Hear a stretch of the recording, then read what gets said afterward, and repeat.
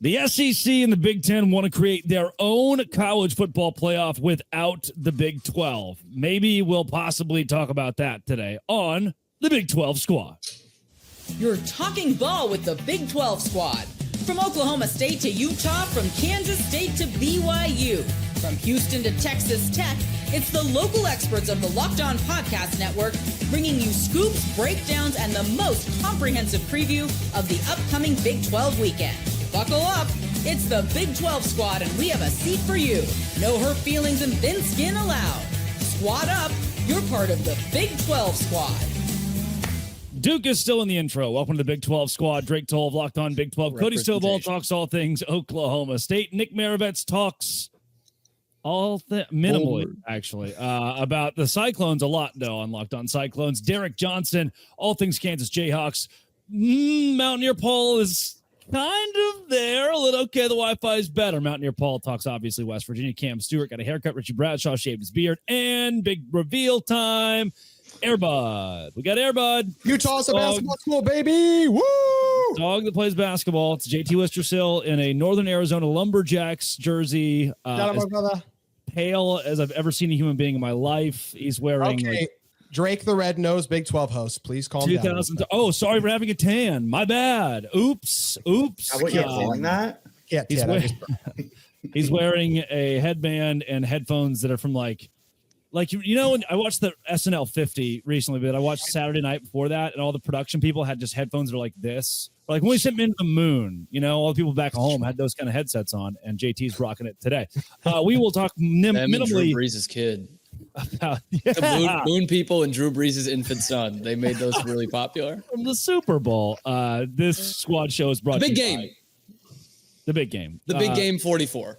Speaking of the big game, Super Bowl halftime show. That was brought up briefly, and I don't remember why it was brought up. That was JT. Was that you that was trying to? Yeah, Coach Carter. We were just making a joke. I can't believe it got brought up on air, but sure. No, well, Samuel L. Jackson. We're discussing how underrated Coach Carter is as a movie, not as a basketball coach. I think he's probably properly rated as a basketball coach. Coach Carter. What's the Disney one about Nolan Richardson was on the team, that random Texas team? Glory Road. He was not on that team. Adolph Rupp. He played there before, but he was not on the 66 team. That is an underrated. That's I think that's the second. No, that one's BS. JoJo White did not step out of bounds. Kansas should beat him.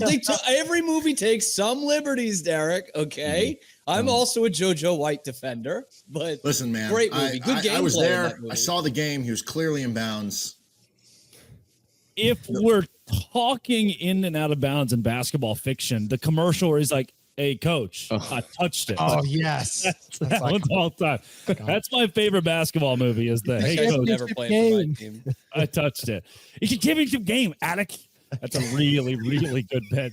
Ross Dellinger tweets, within the Big Ten and SEC, momentum builds for an expanded playoff with multiple automatic qualifiers per league. Now, expanded playoff, sure, go to 16-24. At this point, I don't really care. But the SEC and the Big Ten want to make up pretty much all of it. And apparently, last summer, according to Dellinger and Yahoo, they were like, you know what? This sucks. We're just going to do our own thing and have our own playoff unless you meet our demands, which in essence means, because these are the two biggest, if they combine, they've now monopolized college football. They're the biggest entities. If these two conferences decide either bow to us or we do our own playoff, I don't think there is one singular person powerful enough, certainly not the NCAA, to stop them.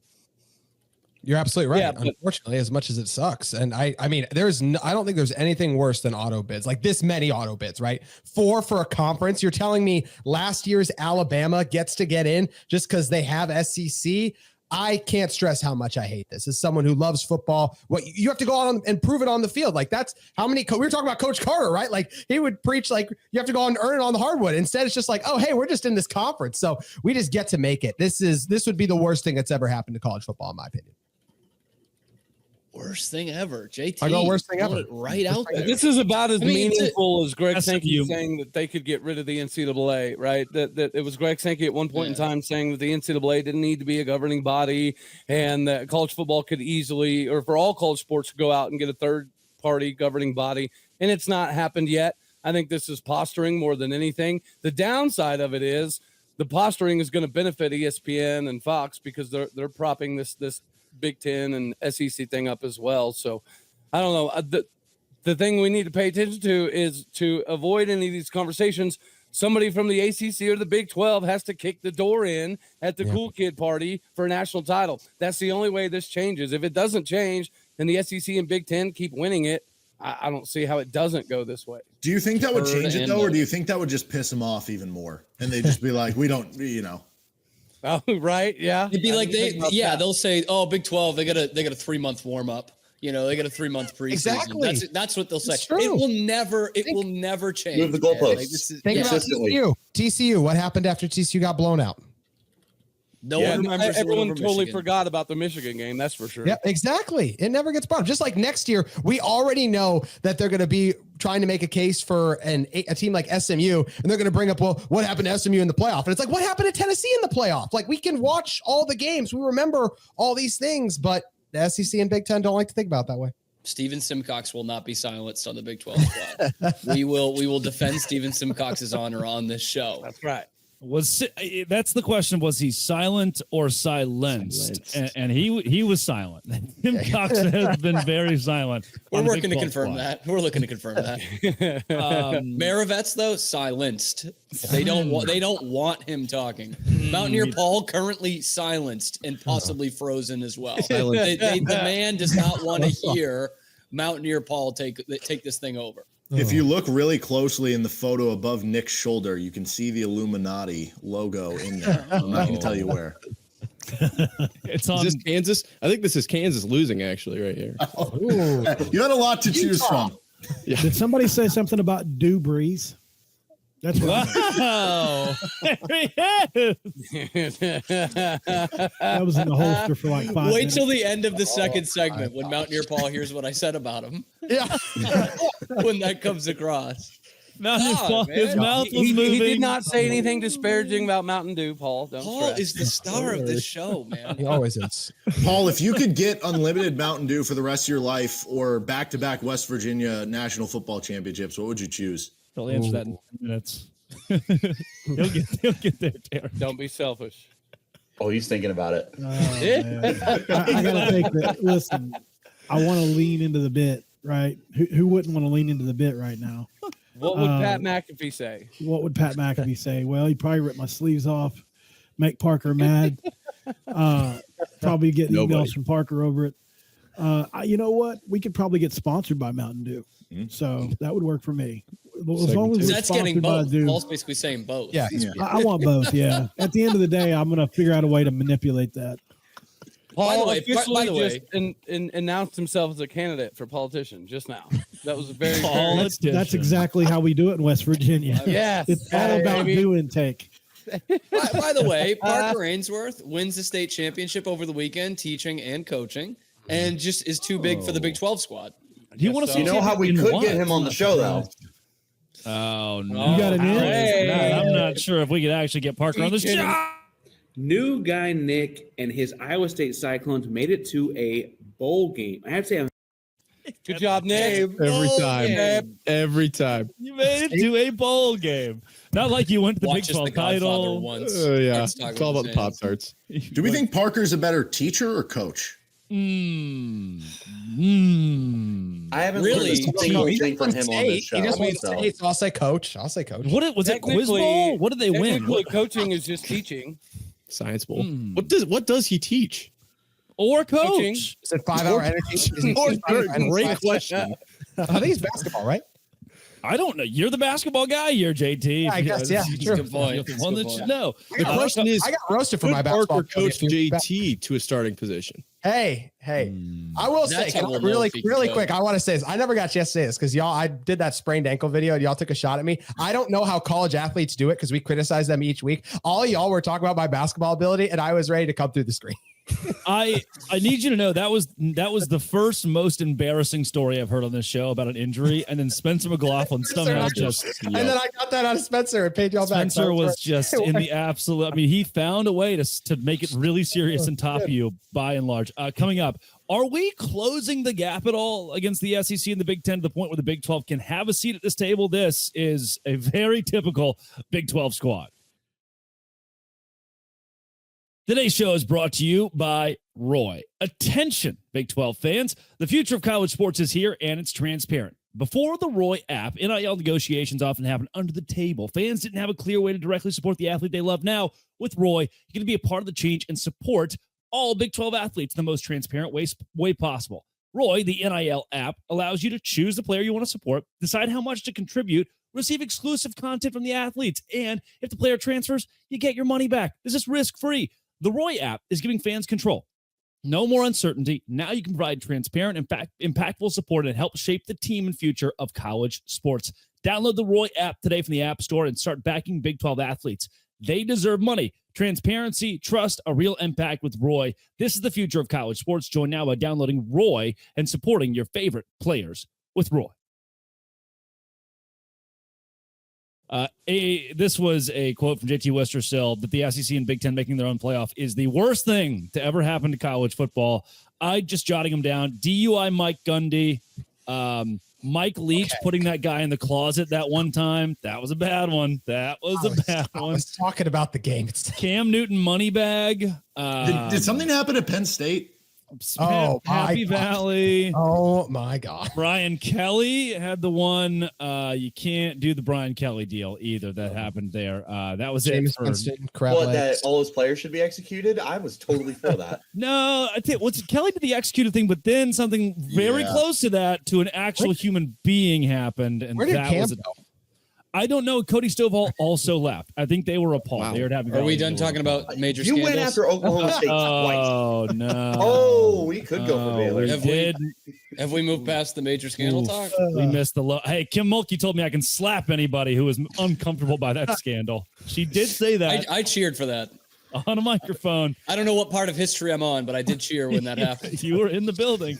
Are we somehow here closing the gap between the SEC, the Big Ten, the Big 12 after the way we saw the SEC perform in bowl season and the Big 12 did very well? And not only that, we're getting a lot of their players in the transfer portal. You don't see too many Big 12 guys that are moving up. A lot of them are staying put, and we're getting 4- and 5-star guys who didn't pan out their 2 years to Alabama because that program's tumultuous. We now get to reap the benefit of having that athlete. Or, in a case of a Cam Scadaboo, we get the best in D2 or the lower level of D1 because they want to compete in a major conference and don't have a spot in the SEC. I think the Big 12 is catching up from an on-the-field standpoint to where we can actually have a seat at the table in these conversations. I've been on that train. Like, yes, that is a big part of closing the gap here. Obviously, we take the best 2 players from the SWAC and make them great Big 12 athletes. But you look at like these teams that have been succeeding. I'll use Richie's Arizona State as an example, the Big 12 champs, the college football playoff. Running back takes a step up in the portal. Quarterback, according to the national media, takes a step down going from the Big 10 to the Big 12, although we know how those 2 schools fare on the football field. And this is where it becomes like it's always going to be a great imbalance, man. And it's always going to be tilted towards the SEC. Just ask Shane Beamer, and he'll go off for 5 or 6 minutes in a row about how great the players are in the SEC. And there's just not enough. There's not enough spots to go around. That's where I'm like, I've said it about Baylor several times of like, that's where your program should be living. If you're going to be, if everyone's going to say you're this 3rd-rate conference anyway, and you can find time for these 4 and 5 stars to get on the field and Alabama and Georgia can't, then let's go. Let's do this thing. I think Cam makes a lot of great points, but I don't think it is. I think it's the same as I think it's the same as it's been. I think that these teams in an expanded playoff, we've always had years where there was a couple years ago, Utah, if they played Ohio State close, right? These teams have been for a while capable of competing with the top dogs. But I think because of the drastic difference in resources, in the drastic difference in now we're going to get these auto bids and things of that sort, I think the gap is increasing. That does not mean that a team like an ASU can't go in and upset one of the big dogs. Say that. You would. I will say, if you start to get auto bids for other conferences, then yes, the gap will not be closed. If we're playing that game, JT, then yes, physically we cannot close the gap. Yes, exactly. I'm just saying this. I think it's been like what ASU did. I think Big 12 teams and ACC teams, we saw that with Clemson. I think those teams have been capable of beating the top brands for years. But I don't think like this past year, just because of some of the changes, I still think those changes overall benefit the SEC and the Big Ten more. And that's why I'm worried about the gap increasing. I disagree. I think the Big 12 has been below the other, like the SEC and the Big 10. Yeah. We're starting to see the level of the playing field, right? Across everywhere, which means the Big 12 is going to come up. My question now is, if the Big 12 and the ACC are at that level, is this why the Big 10 and the SEC are starting to push for, hey, we are better. We are this, because it's going to take time for that transfer portal to take effect where we're actually at that level. And the SEC and the Big 10 are like, hey, while we're at the top now, we are best. We got to separate ourselves now before the Big 12 catches up. And I think crucially, like we are still in early days of the portal in general. What's it been? 3-4 years now? That's what I mean. Like, we're still correct. We're still early in that. We're still trying to see if the Deion Sanders replace your whole team thing really works out, right? Like that could be in 3 years where it's like, shoot, man, Alabamas and Georgias and Texases of the world are like, we can't keep letting these 4 or 5 stars leave after their freshman year. Like, we can't do that. They're going and finding success, not only in the Big 12, but someone like the Big 10 as well. But we are still early kind of in that process and seeing if that works, if the Big 12 and the ACC can feast off the trimming of the fat.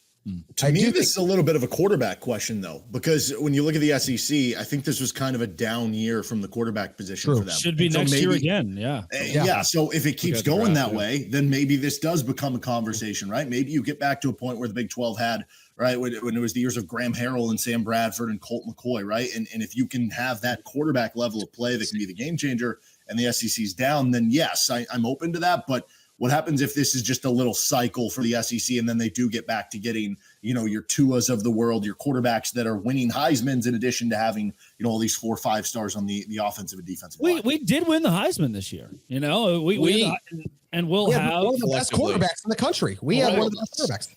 Well, Sawyer Robertson, yes. Well, you do have great quarterbacks, but how many people outside of the Big 12 know who Rocco Becht is?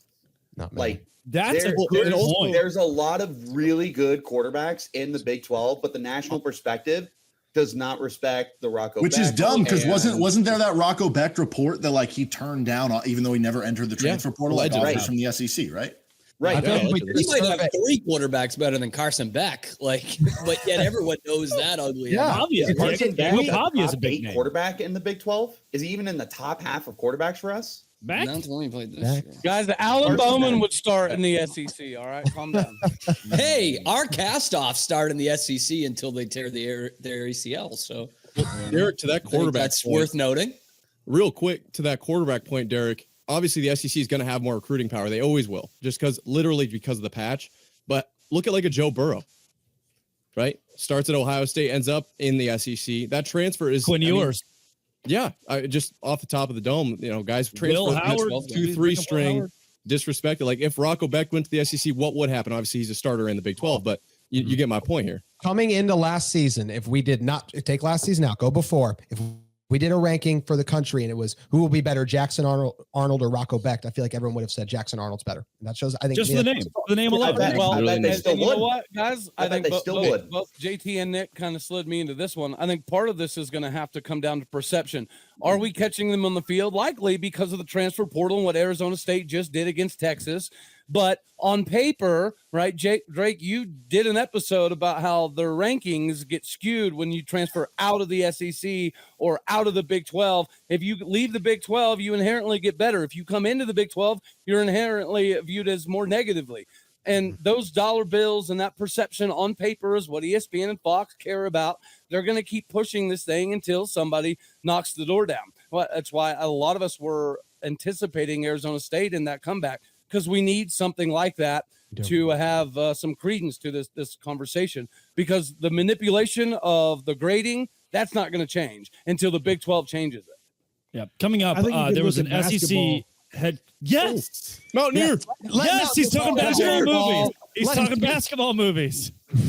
I think you can look at basketball as a good example. Look how much of the gap the SEC has closed with the Big 12, formerly the better conference, right? I think similarly, we can do the same kind of thing because the playing field is a little bit better due to NIL and rev share. Because if you can be full rev share and still compete in the NIL game, like a la Texas Tech right now, they're going to have NIL money and full rev share likely. Teams like that are able to do that at that level are going to have a great shot. Real quick point on that is like West Virginia paid a guy not to go to Ole Miss, literally paid him not to go on a visit to Ole Miss. You know what I mean? This year, that was one of the best cornerbacks in the portal. They got the conference, the American Conference Defensive Player of the Year by paying him not to go somewhere. So, you know, it's possible. You just have to empty your pockets. I want to mention, I'm not sure if you caught this. He said Allah, which is French. Like Mountaineer Paul just dropped some French on your asses on this show. 3-letter words, do for me. You know what I mean? Anything with 3-letter words. And there it is. That's a great addition to it. It's got to be simple. Coming up, the SEC, their coaches are even complaining about this, and their commissioner as well, that they're being overlooked or seen as the underdog, and that's very stupid. This is the Big 12 squad. Greg Sankey has mentioned he now likes the role of being the underdog. Oh, 2 championships that we haven't won or been in, and we were the underdogs, and we embrace that. And then Shane Beamer comes out and says, man, it just means more here. We have more draft picks than anybody else and national championships than anybody else. And I've coached in a bunch of leagues. And no one does it like the SEC. The same guy that lost to Illinois, middle of the pack. Tried to fight the head coach. Bottom of the pack in the Big Ten. And I just don't understand how their national narrative with ESPN can be it just means more. We're the best conference in America. And then it's like they pull this bait and switch deal where now they're the victim. Now America hates them. Gaslighting the crap out of us. Damn, at the same time, they're trying to negotiate guaranteed spots in the college football. Exactly. Oh yeah, where was that for the Mountain West then? There's some underdogs. Like, what are we talking about? It's ridiculous. It's Greg Sankey, and I don't want to hear. He's literally trying to ruin the sport. It goes back to what I was talking about earlier. I don't want to. Every time they talk, they're just talking about trying to separate, trying to prop themselves up. That it's just like I said, it's constant narrative moving. It's like politics. It really is, and it's really unfortunate what's happening. They need to have a Royal Rumble with all of the commissioners, and Brett Yormark would come out the winner. Do we think he would? He does have wrestling experience. Yes, I feel like if we did it from a wrestling background. Head coaches Mike Gundy, but specifically with 3 or 4 beers. We let them and a pair of keys. Who hasn't? I don't think Mountaineer Paul has ever said anything that I've not agreed with. I genuinely think he's never said anything that I haven't agreed with. Everyone's names are on their name tag, and his is just Locked On West Virginia. Mountaineer, he does it for the brand. He doesn't care about his own name. He does it for the brand. Locked On West Virginia. Do God. Mountaineer Paul, what do? You do a do in segment 2. What do you do in segment 3? That's Dr. P. I usually have one of each person. Do you drink the Mountain Dew before you get to segment 3? The whole thing. I crack it. That's the whole thing. Wow. Crack a Dew in segment 2. Let's crack it. It's segment 3. Let's crack a Dr. P. So do you just like that movie Signs? I like this crack a P segment. You know that movie Signs where he just has like the waters everywhere and it ends up saving them from the aliens? Sorry for the spoiler alert. Do you just have like that with Mountain Dew? You just have a bunch of cracked Mountain Dews that haven't been drank around your house? There are a lot of cracked Mountain Dews around my house that don't get drunk. Yes, and it's like my dad used to hate me for it, but now that I buy them, nobody can yell at me. My dad hated me. My dad hated me. Can I tell a funny story about my dad one time? Please. It's gonna be better than Spencer. My dad had a country accent, really big country accent from West Virginia. And so I pawned his Sawzall one time when I was young and stupid. And so one of the funny, what? Yeah, his Sawzall. What is that? A Sawzall.